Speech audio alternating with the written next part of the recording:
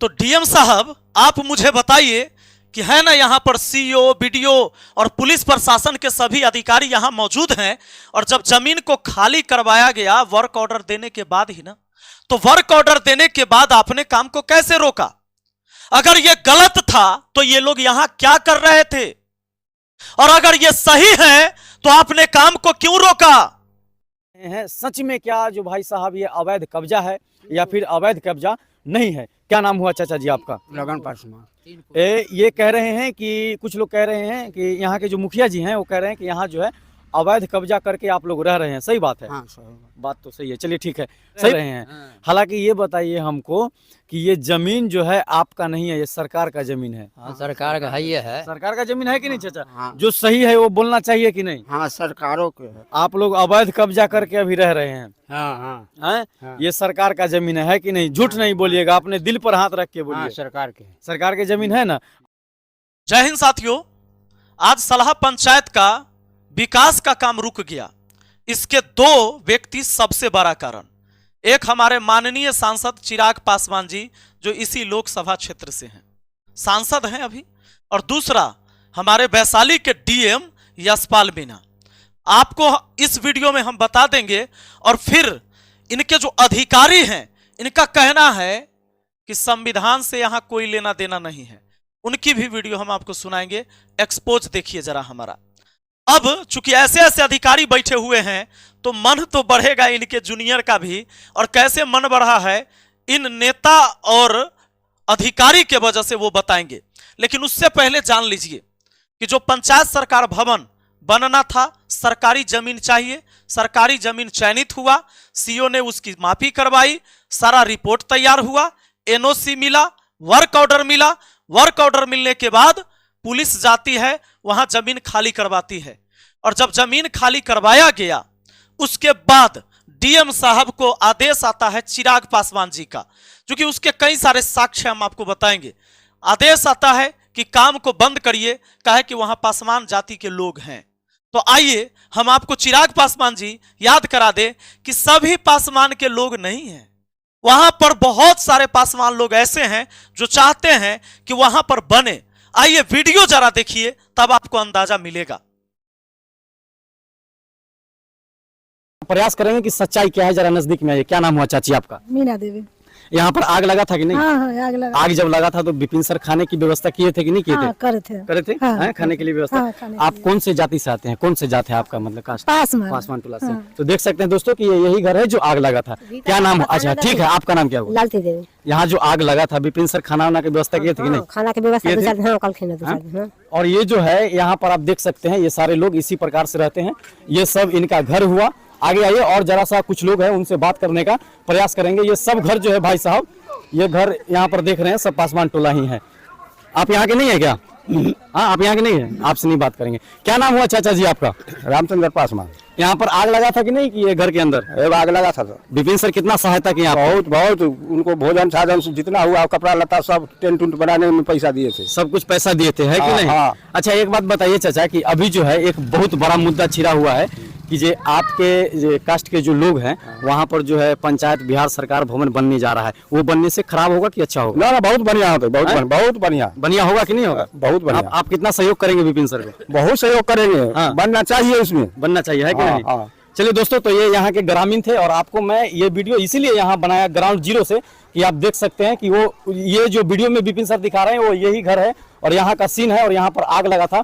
हमारा कहना है कि भाई साहब कुछ भी हो, काम टकाटक होना चाहिए गाँव का। तो डीएम साहब आप मुझे बताइए कि है ना यहाँ पर सीईओ, बीडीओ और पुलिस प्रशासन के सभी अधिकारी यहाँ मौजूद हैं, और जब जमीन को खाली करवाया गया वर्क ऑर्डर देने के बाद ही ना, तो वर्क ऑर्डर देने के बाद आपने काम को कैसे रोका? अगर ये गलत था तो ये लोग यहाँ क्या कर रहे थे, और अगर ये सही है तो आपने काम को क्यों रोका? क्या मैंने जो जमीन को बताई ये जमीन गलत है? अवैध कब्जा आप करवाएंगे?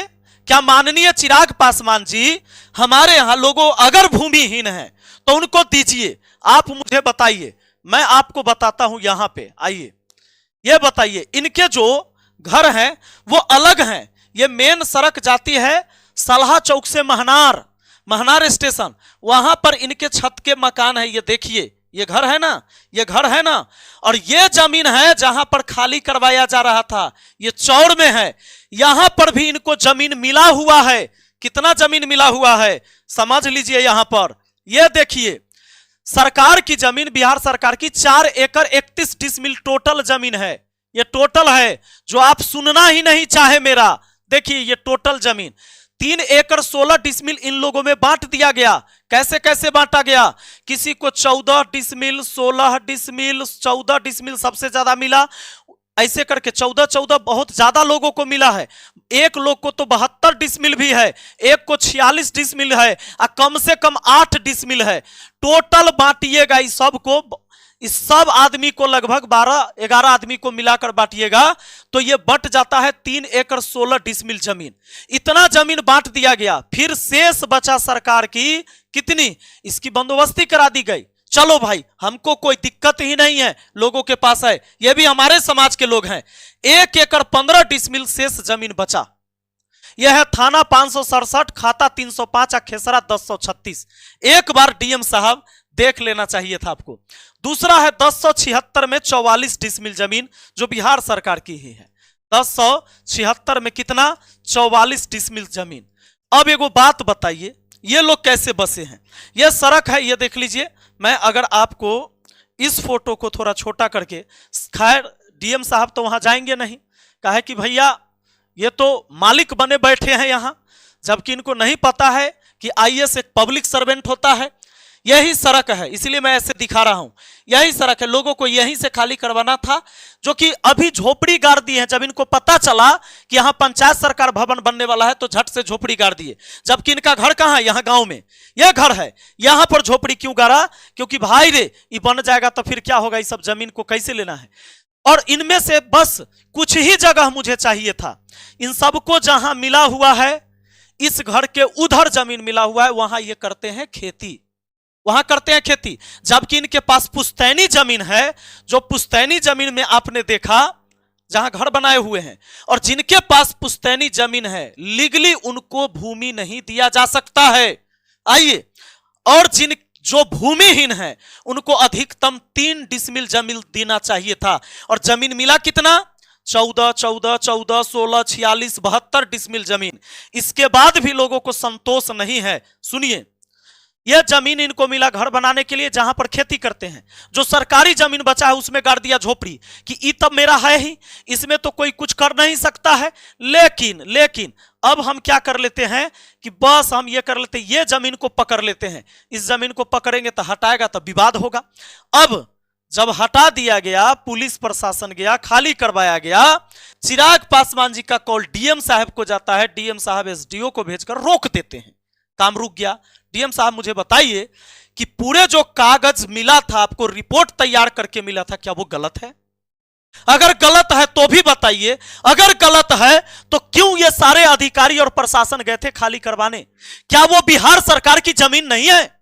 और बिहार सरकार की जमीन क्या आप बेच देंगे नियम के खिलाफ जाकर? तो अगर आपने ये रोक लगवा दिया, ये सब वहां क्या कर रहे थे? ये आतंकवादी हैं कि प्रशासन है? कौन है? आप जवाब दीजिए। क्या ये गुंडे भेजे गए थे? अरे प्रशासन है ना जी। तो आज जो आप चाह रहे हैं कि वहां पर लोगों को आपस में लड़ाई करवा देना, इसके जिम्मेदार आप हैं। विकास के विरोधी हैं आप। आप मुझे बताइए, अगर इन चीजों के बावजूद इनके, देखिए यहां पर एक है अभियंता एग्जीक्यूटिव। पंचायत में पहले जमीन की मापी होती है, सीओ उसकी जांच करवाते हैं। सीओ जांच करने के बाद एक एनओसी देते हैं कि कोई ऑब्जेक्शन नहीं है, बनाइए। सीओ ने एनओसी दे दिया, वर्क ऑर्डर मिला।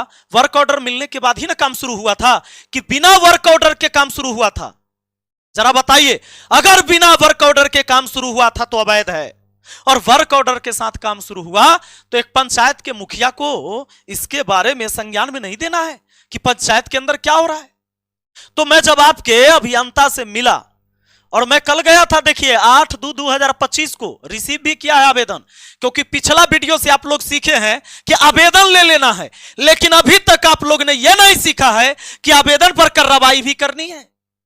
आपको बताते हैं, मैंने लिखा इनको अपने लेटर पैड पर दिया कल। सेवा में श्रीमान कार्यपालक अभियंता भवन निर्माण विभाग वैशाली। विषय कार्य आदेश की प्रतिलिपि देने के संबंध में। जो कार्य आदेश आपने दिया उसकी तो कॉपी मुझे चाहिए ना, मैं मुखिया हूं। लेकिन देखिए, मैंने महोदय निवेदन पूर्वक कहना है कि मैं विपिन कुमार राय मुखिया ग्राम पंचायत राज सलाह प्रखंड सहदेई बुजुर्ग जिला वैशाली, जो कि मेरे पंचायत में पंचायत सरकार भवन का निर्माण कार्य होना है, जिसके कार्य आदेश की प्रतिलिपि निर्गत किया जाए, जिसका कार्य संवेदक के द्वारा सही हो, सही ढंग से किया जाए, जिसकी निगरानी मेरे संज्ञान में हो, अतः मुझे कार्य आदेश की प्रतिलिपि देने की कृपा करें। धन्यवाद। आपका विश्वासी विपिन कुमार राय मुखिया। यह जब मैंने दिया तो इन्होंने रख लिया, इनके स्टाफ ने रखा, रिसीव भी किया, सिग्नेचर किया, मेरे पास फोटो भी है। रिसीव किया, उसके बाद मैंने फोटो भी खिंचवाया। रिसीव करने के बाद क्या किया गया से सुनिए। कहा कि भाई थोड़ा देर आप रुकिए, आधा घंटा में हम दे देंगे। आधा घंटा हो गया, ये तो बेचारे थे नहीं, सुबह से मैं इनको कॉल कर रहा था, ये मेरा नंबर ट्रू कॉलर पर देख लेते हैं, कॉल नहीं उठा रहे थे। लेकिन फिर जब मैं वहां पहुंच गया, फिर इनको जानकारी मिला, इन्होंने कहा कि मैं कोई और साइट पर हूं, सो आप सेकेंड टाइम में मिलिए लंच के बाद। हम कहे ठीक है। हम इंतजार किए पूरा दिन। शाम के 4 बजे फिर इनसे मुलाकात हुई। मुलाकात जो हुई, अब इनका सुनिएगा, इनका कहना है उस पूरे में कि हम आपको नहीं दे सकते हैं। क्या है भाई? तो हमारा एजेंसी और हमारे बीच की बात है, आपको हम कॉपी नहीं दे सकते हैं। यानी आप सोचिए, भारत सरकार, बिहार सरकार, यानी केंद्र सरकार, राज्य सरकार होती है, फिर पंचायत सरकार, जो धरातल पर उतरता है कोई भी चीज, तो पंचायत सरकार के सामने से मुखिया एक पंचायत का अध्यक्ष होता है। लेकिन जब इनसे मैंने कहा कि मेरा संवैधानिक अधिकार है कि मेरे पंचायत में कोई भी कार्य हो रहा है तो मेरे संज्ञान में होना चाहिए, मेरे जानकारी में होना चाहिए, उसकी हर चीज की जानकारी मुझे होना चाहिए। इसने कहा कि हम अथॉरिटी नहीं है, आपकी अथॉरिटी नहीं है कि हम आपको ये जानकारी देंगे। मैंने कहा कि क्या आपके नियम अलग है संविधान से? तो कहता है हाँ, हमारा अलग नियम है। इन्होंने यह भी कहा कि संविधान का लेना देना नहीं है, यहां संविधान की कोई बातें नहीं है। जरा सोच के देखिए, किस कुर्सी पर बैठा हुआ व्यक्ति जब वेतन लेता है, यह संविधान है, इसी के वजह से इसको वेतन मिलता है, लेकिन इसका कहना है कि संविधान से कोई लेना देना नहीं है। जब ऐसे नेता और ऐसे अधिकारी होंगे तो उसके कर्मचारी भी ऐसे होंगे। अब इसकी पूरी वीडियो सुनिए आप। हाँ मुखिया जी को चाय पिलाइए, कहाँ गए? बताइए क्या सेवा हुआ किया जाए। बताइए दिए हैं सर। वर्क ऑर्डर जो आप मांग रहे हैं ना, वो पेपर हम लोग नहीं दे पाएंगे। वो नियमता हम लोग बाध्य है, हम लोग नहीं दे पाएंगे। चाहिए वो नियम था ही नहीं। वो चूंकि एजेंसी और हमारे बीच का वो है, एग्रीमेंट टाइप का है, वो हम लोग नहीं दे पाएंगे। तो एक काम करिए सर, मैंने जो आवेदन दिया है उसी पे आप लिख दीजिए कि मैं देने के बाध्य हूँ, मैं नहीं दे सकता। ठीक है, तुम बात बस भिजवा नहीं देना है। अब अभी मैं सर सुबह से मैं यहाँ इंतजार कर रहा हूँ आपका। नहीं तो उसमें हम रिटर्न में नहीं लिख पाएंगे ना। क्यों? रिटर्न इसका मतलब अनलीगल बात आप कह रहे हैं। कैसे अनलीगल बात कर रहे हैं? अनलीगल कह रहे हैं तभी तो आप रिटर्न में नहीं देंगे। जैसे हम आवेदन दिए तो आप उस पर लिख दीजिए कि ये मेरे बस की बात नहीं है, या मेरे क्षेत्र में नहीं आता, मेरे अधिकार क्षेत्र में।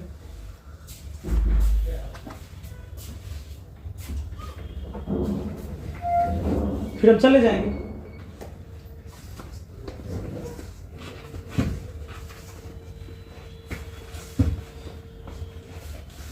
और कोई पेपर आपको अगर लेना है जी, तो आरटीआई के तहत आइए, ठीक है ना।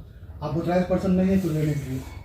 अच्छा, एक प्रतिनिधि ऑथराइज नहीं है? नहीं आप नहीं हैं बिल्कुल। आप जो भी पेपर आपको लेना है यहाँ से, तो आप आरटीआई के तहत ले सकते हैं। पहले बात ये है, ऐसे तो कोई भी एप्लीकेशन दे कुछ भी मांगने के लिए यहाँ हम कोई नहीं आते हैं नहीं सर। आप माननीय गणमान्य लोग हैं, आप नहीं लोग हैं। पंचायत का अध्यक्ष कौन है जहां आप अपनी कंस्ट्रक्शन करवाएंगे, बिल्डिंग बनवाएंगे? हाँ वर्मा जी, चलिए ठीक है, बाद में बात करेंगे ना। तो इसीलिए यही थोड़ा सा बात है, आपको जो भी पेपर लेना है आरटीआई के साथ आइए। सर उसका मांगने का अधिकार किसका है? अगर एक मुखिया का नहीं है, उस पंचायत के मुखिया का नहीं है, तो किसका अधिकार? अरे जो भी मांगना है आरटीआई के तहत मांगिए। सर इनके पंचायत का मामला है। हाँ। तो अगर उस पंचायत, जिस पंचायत का ये मुखिया, सलाह पंचायत का मुखिया है, हाँ। उस पंचायत में अगर किसी तरह का वर्क हो रहा है, वो मुखिया का नहीं मांगने का पावर है, तो किसका अधिकार है वही आप हमें बता दीजिए, हम उन्हीं के थ्रू आपसे मांग लेंगे।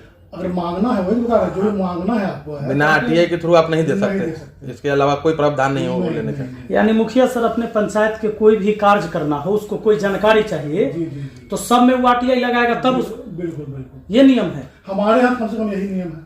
आपके लिए अलग नियम है, नहीं नहीं, संविधान से अलग। संविधान की बात यहाँ पर नहीं आ रही है, संविधान की यहाँ बात ही नहीं है। अब आप लोग बताइए कि ऐसे अधिकारियों के साथ कौन सी कार्रवाई की जाएगी इस सरकार के द्वारा या कार्रवाई नहीं की जाएगी। कहना है आप आरटीआई लगा के जानकारी लीजिए, काहे जानते हैं, काहे कि आरटीआई लगाइएगा 21 दिन तक ही जवाब नहीं देंगे, 21 दिन के बाद ही जवाब देंगे, तब बोलेंगे कि जरा बताइए कितना तारीख से कितना तारीख की जानकारी चाहिए।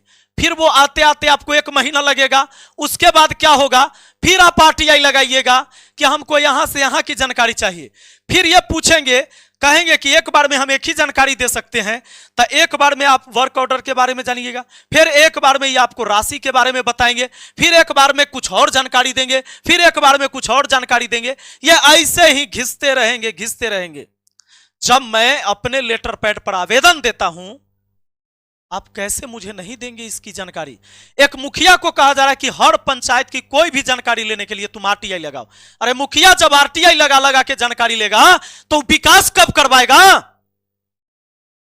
आइए ये देखिए मैं क्यों कह रहा हूं।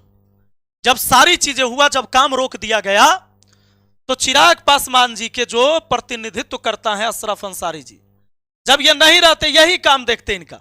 मैंने इनको सारे मैसेज भेजे, बात किया, कॉल पर बात करके अच्छा भी लगा, लेकिन इन्होंने मुझे कुछ और कहा, डीएम साहब को कुछ और कहा, कहते कहते काम को टारते रहे। अब ये देखिए सारी चट मैंने हर व्यक्ति का वंशावली बना कर दिया, सबके पास कितनी कितनी जमीन है, सारी जानकारी दिया, नहीं माना, कुछ नहीं हुआ।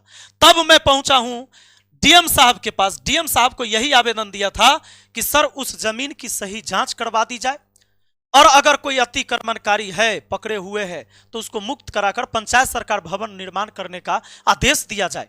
डीएम साहब ने पत्र नहीं लिया, कहा हम लेवे नहीं करेंगे, भगा दिया वहां से।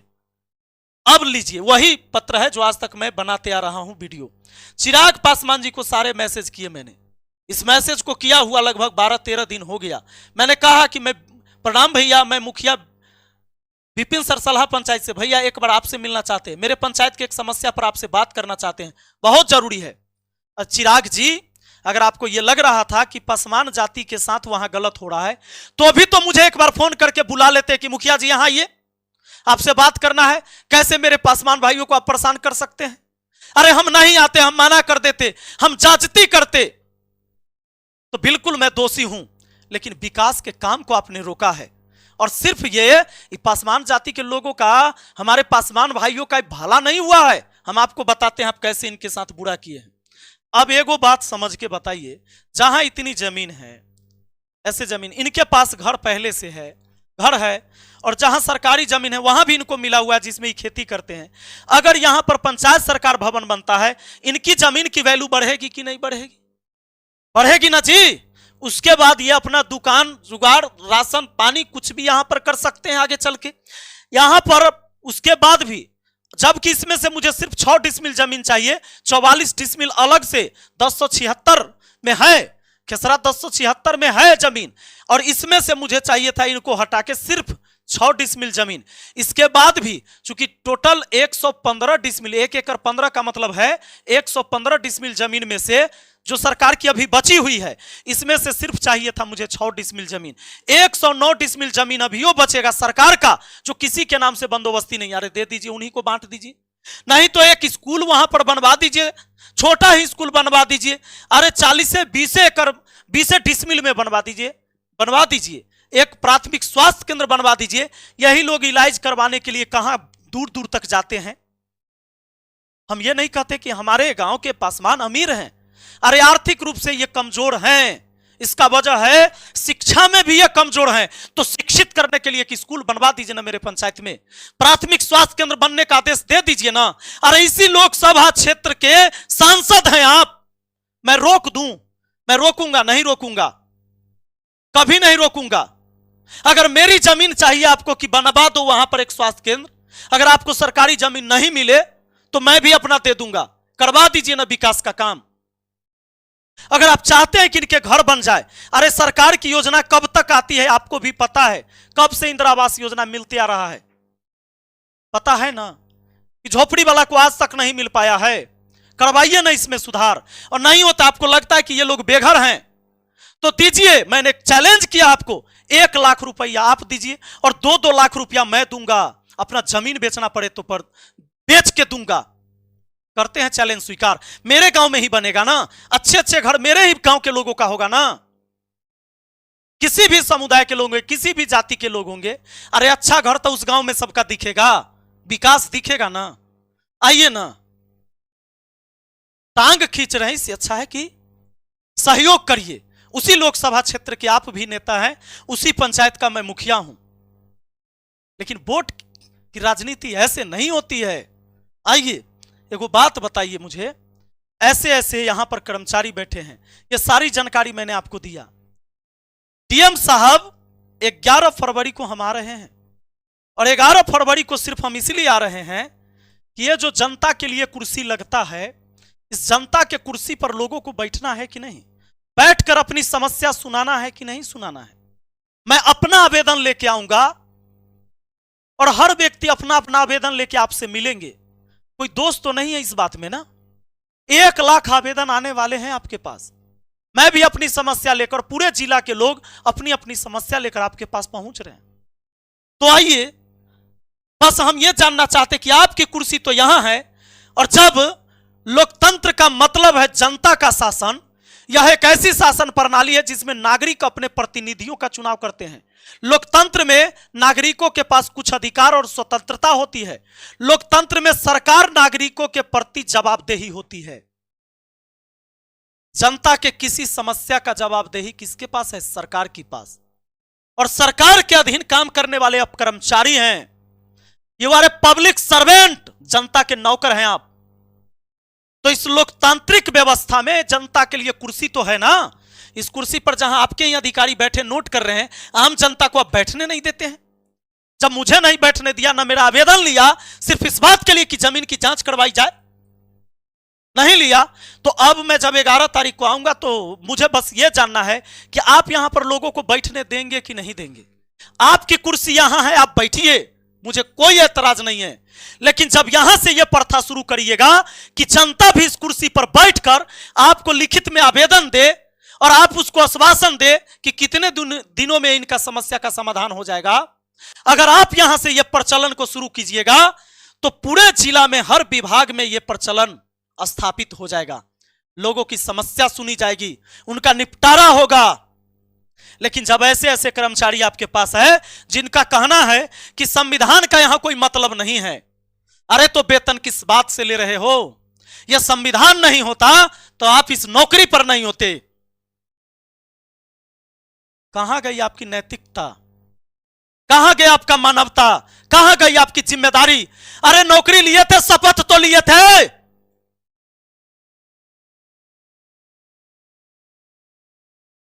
थोड़ी भी शर्म ना आती है? ऐसे बोलते कि संविधान का कोई यहां लेना देना नहीं है। वाह, संविधान से मतलब नहीं है।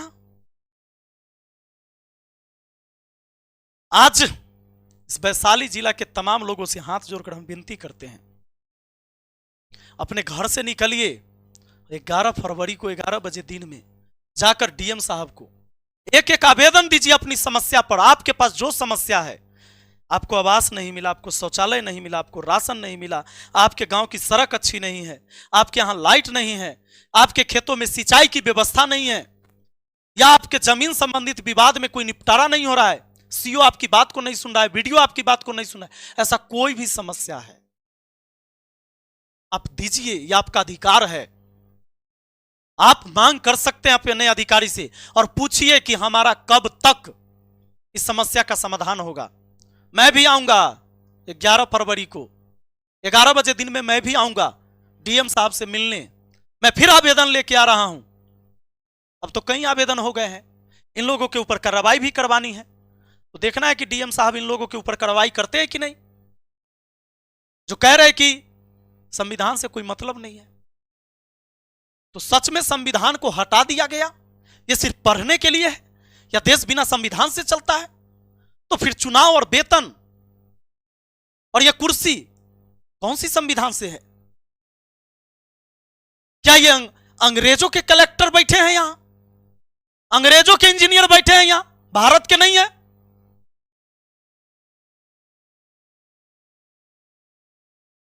आप सबसे आग्रह है, अपने घर से निकलिए, अपनी आवाज को उठाइए। आज अगर सत्य परेशान है लेकिन पराजित हो गया ना, तो याद रखिएगा, किसी को दोष मत दीजिएगा कि आपको न्याय नहीं मिला। अगर न्याय की व्यवस्था को ठीक करना चाहते हैं तो जगिए, और दारू मुर्गा पैसा पर वोट ना करके जब प्रतिनिधि चुनिएगा तो यह सोच के चुनिएगा कि भले हूं गरीब हो लेकिन ईमानदार हो, समाज के साथ खड़ा होने वाला व्यक्ति होना चाहिए। तब आपके समाज का विकास होगा और बदलाव आएगा। जात पात धर्म मजहब के नाम पर वोट देने से कभी बिहार का विकास नहीं होगा, देश का विकास नहीं होगा। याद रहे तो 11 फरवरी को सब लोग आवेदन लेके पहुंचिए, हम भी पहुंचेंगे 11 बजे दिन में। बहुत बहुत धन्यवाद।